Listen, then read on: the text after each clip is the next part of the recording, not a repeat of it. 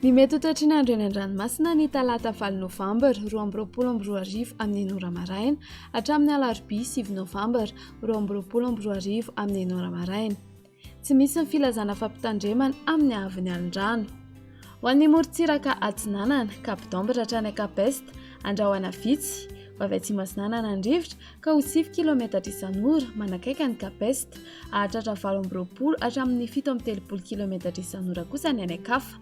Adiny mpanonja na hanonja-be ny ranomasina, ahavon'ny onja 2,2 hatramin'ny 2,4 metatra.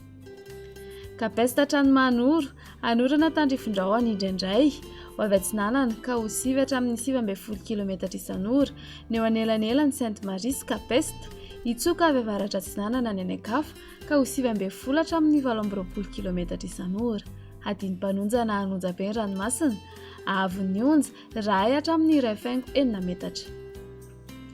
Manoro hatrany Taolagnaro, andrahoana vitsy, anorana tandrifondrahona indraindray. Ho avy avaratra, somary avaratra atsinanana andrivotra ka ho 7 hatramin'ny 7,10 km isan'ora. Ahatratra 7,30 km isan'ora ny any atsimon'ny Vangaindrano, hanonja-be ny ranomasina, ahavon'ny onja 2,3 hatramin'ny 2,4 metatra. Taolagnaro hatrany Cap Sainte-Marie, andrahoana vitsy, ho avy avaratra atsinanana andrivotra ka ho 7,30 hatramin'ny 4,70 km isan'ora manakaiky ny Taolagnaro, 7 hatramin'ny 7,10 km isan'ora kosa ny anakafa, hanonja-be ny ranomasina, ahavon'ny onja 2,5 hatramin'ny 2 metatra. Ho an'ny morontsiraka andrefana Cap Sainte-Marie hatrany Cap Saint-Vincent, andrahoana vitsy, ho avy atsimo atsinanana ka ho 7 km isan'ora, iodina avy atsimo andrefana avy eo ny rivotra ka ho 7 hatramin'ny 7,10 km isan'ora, ahatratra 20 km isan'ora izany indraindray. Adiny mpanonja na hanonja-be ny ranomasina, ahavon'ny onja 2 hatramin'ny 2,4 metatra.